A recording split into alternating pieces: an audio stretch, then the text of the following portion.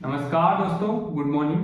आपका रोज का किरदार में बहुत बहुत स्वागत है। उम्मीद करता हूँ कि आप मस्त होंगे और स्वस्थ होंगे। आपकी पढ़ाई लगातार जारी होगी। तो दोस्तों, हम क्या पढ़ रहे थे?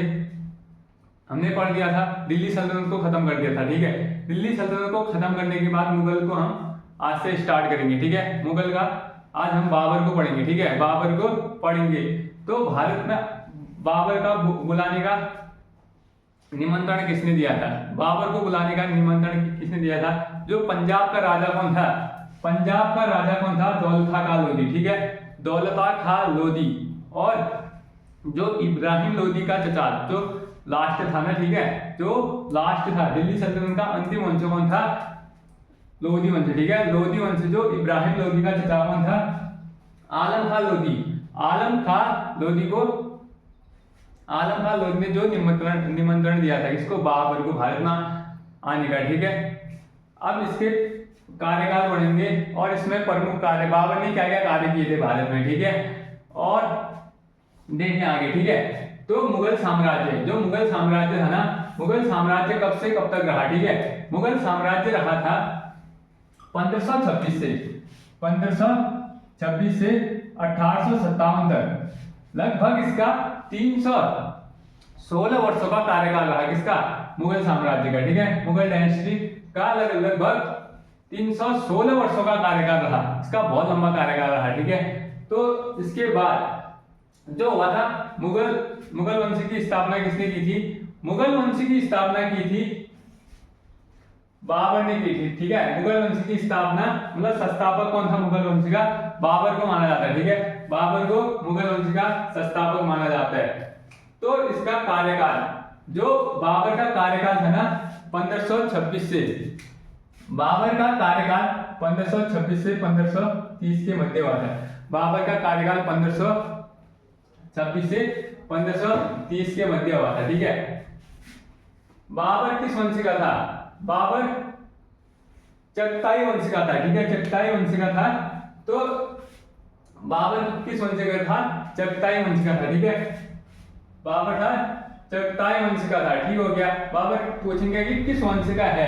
चगताई वंश का है। ठीक है, बाबर के पिता का नाम क्या था? तो इसको याद रखना। ठीक है, आ जाते हैं छोटे छोटे क्वेश्चन, बीच में कभी पूछ लेते हैं। ठीक है, बाबर के पिता का नाम था उमर शेख मिर्जा। ठीक है, उमर शेख मिर्जा।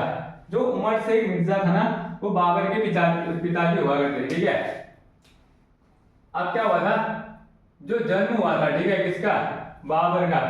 बाबर का जन्म हुआ था, कहां हुआ था? बाबर का जन्म फारगाना उज्बेकिस्तान जो देश है ना, वहां हुआ था। ठीक है, बाबर का जन्म जो फरगाना उज्बेकिस्तान में हुआ था। ठीक है, बाबर का जन्म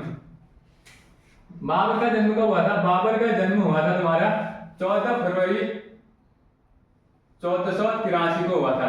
14 फरवरी 1483 को हुआ था। ठीक है, 14 फरवरी 1483 को बाबर का जन्म हुआ था। जो अब ये उमर शेख मिर्जा थे ना, उमर शेख मिर्जा की मृत्यु कब हुई थी? उमर शेख मिर्जा की मृत्यु, जो बाबर के पिताजी हुआ करते थे, इनकी मृत्यु हुई थी। कब हुई थी? 1494 में। 1494 एडी में बाबर के पिताजी की मृत्यु हो गई थी। ठीक है, तब बाबर कितने वर्षों का था? लगभग 11 वर्ष 4 माह का ही था। ठीक है, बाबर 11 वर्ष 4 माह का था, तभी गद्दी में बैठ गया था। ठीक है, बाबर मतलब जब छोटा था तभी अपना शासनकाल चलाना शुरू कर दिया था। छोटी सी उम्र में से बाबर ने अपना शासनकाल चलाना शुरू कर दिया था। तो बाबर ने कौन कौन से क्षेत्र जीते थे? ठीक है, इसने युद्ध किए थे। कौन कौन से क्षेत्र जीते थे? जो बाबर ने काबुल क्षेत्र को 1504 में जीता था। 1504 में जीता। जो अफगानिस्तान की राजधानी क्या है? काबुल वाला क्षेत्र। ठीक है, अफगानिस्तान की राजधानी काबुल को जीता था। ठीक है, काबुल को जीता था। फिर 1507 में पातशाह की उपाधि धारण की।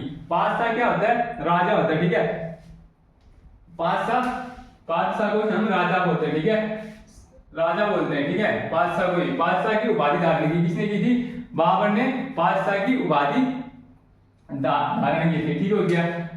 बाबर के प्रमुख आक्रमण, इसने कौन कौन से आक्रमण किया और किसके साथ किए? ठीक है, तो बाबर के प्रमुख आक्रमण, जो आक्रमण किया था, पहला आक्रमण किया था इसने 1518 से 1519 के बीच, 1518 से 1519 के बीच, जो बाजौर में क्या था ना, बाजौर और भौरा को जीता। ठीक है, बाबर ने बाजौर और भौरा को जीता। किसने जीता? बाबर ने जीता। ठीक हो गया, फर्स्ट आक्रमण किया था। अब द्वितीय आक्रमण किया था 1519 में, पेशावर के विरुद्ध किया था, पेशावर के विरुद्ध। पहला आक्रमण ठीक हो गया। अब दूसरा आक्रमण पेशावर, तीसरा आक्रमण 1520 में किया था, जो सियालकोट वाला क्षेत्र। ठीक है, सियालकोट में किया था तीसरा आक्रमण। ठीक हो गया, फर्स्ट आक्रमण, सेकंड आक्रमण और थर्ड आक्रमण 1520 में सियालकोट में किया था।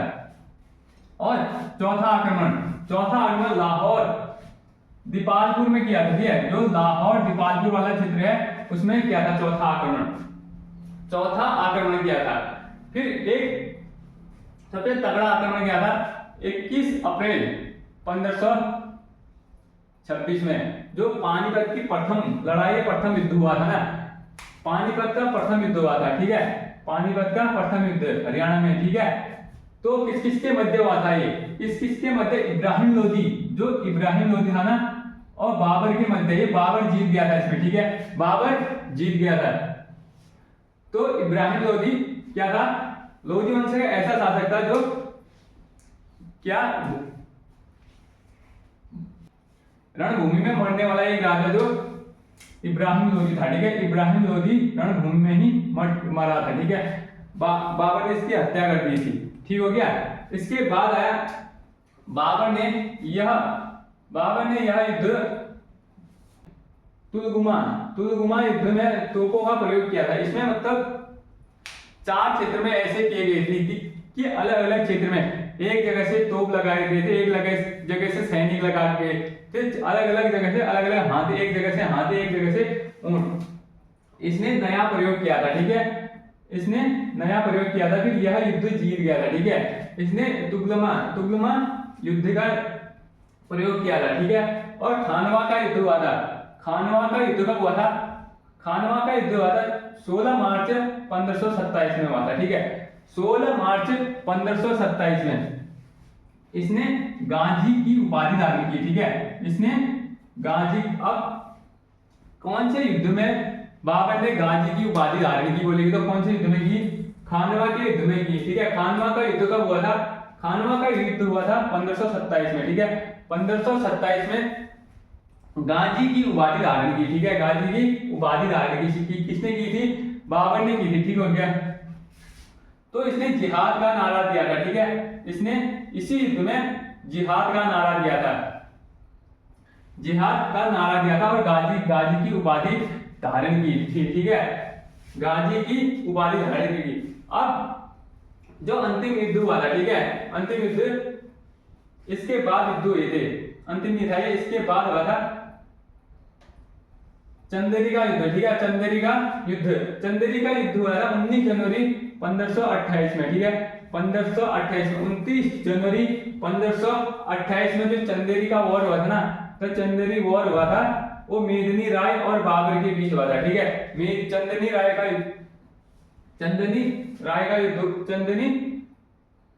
युद्ध हुआ था। ठीक है, तो मेदिनी राय और बाबर के बीच हुआ, चंदेरी का युद्ध हुआ था। ठीक है, चंदेरी का युद्ध हुआ था, मेदिनी राय और बाबर के बीच हुआ था। ठीक है, ठीक हो गया।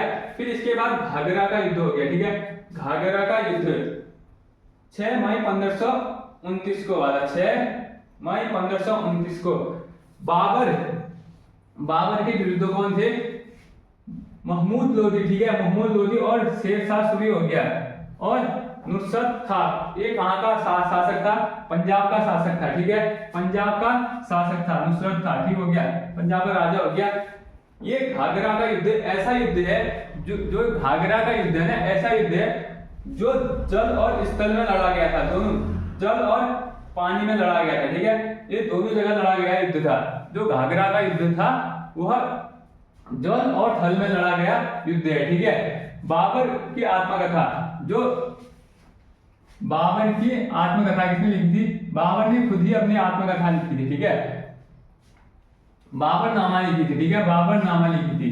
बाबरनामा लिखी थी। बाबर ने ही अपनी आत्मकथा खुद लिखी थी, ठीक है, तुर्की में लिखी थी, तुर्की भाषा में लिखी थी, ठीक है, बाबरनामा। जो बोलेंगे कि बाबरनामा किस भाषा में लिखी है, बाबरनामा तुर्की भाषा में लिखी है। किसने लिखा, खुद ही बाबर ने ही लिखा, ठीक है। बाबर का नाम, जो बाबरनामा, ठीक है, बाबरनामा हिंदी में अनुवाद किसने किया, अब्दुल रहीम खाने खाना, ठीक है, अब्दुल रहीम खान खाना, खाने खाना भी बोलते हैं, ठीक है, अब्दुल रहीम खाने खाना बोलते हैं, ठीक है। इसने बाबरनामा को हिंदी में अनुवाद किया था, ठीक हो गया। अब बाबर की मृत्यु कब हुई थी, बाबर की मृत्यु हुई थी 1530 में हो गई थी, ठीक है, बाबर की मृत्यु 1530 में हो गई, ठीक है। बाबर की मृत्यु कब हुई थी, 1530 में हो गई थी। बाबर ने भूमि मापने के लिए क्या कौन सा प्रयोग किया था, बाबर ने जो गज ए बाबरी का प्रयोग किया था, ठीक है, भूमि मापने की क्या होता, कांटा हुआ था, ठीक है, इसके फीता हुआ करता था, इसको बोलते हैं गज ए बाबरी बोलते हैं, ठीक है, गज ए बाबरी, भूमि मापने के लिए। बाबर के शव को कहां दफनाया गया था मरने के बाद, जो बाबर का शव शरीर कहां दफनाया गया था, बाबर का शरीर दफनाया गया था काबुल, ठीक है, जो अफगानिस्तान में दफनाया गया था, ठीक है, इसका शरीर मरने के बाद अफगानिस्तान में दफनाया गया था। बाबर के कितने पुत्र हुआ करते थे, तो जो फैक्ट क्वेश्चन है उन्हीं को बता रहा हूं, ठीक है। तो बाबर के 4 पुत्र हुआ करते थे, ठीक है, बाबर के 4 पुत्र हुआ करते थे।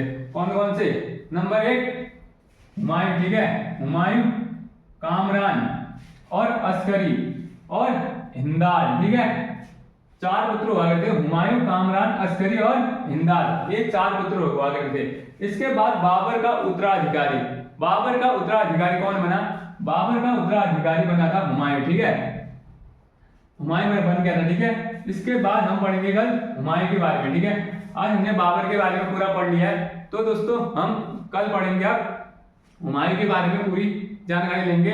जय हिंद।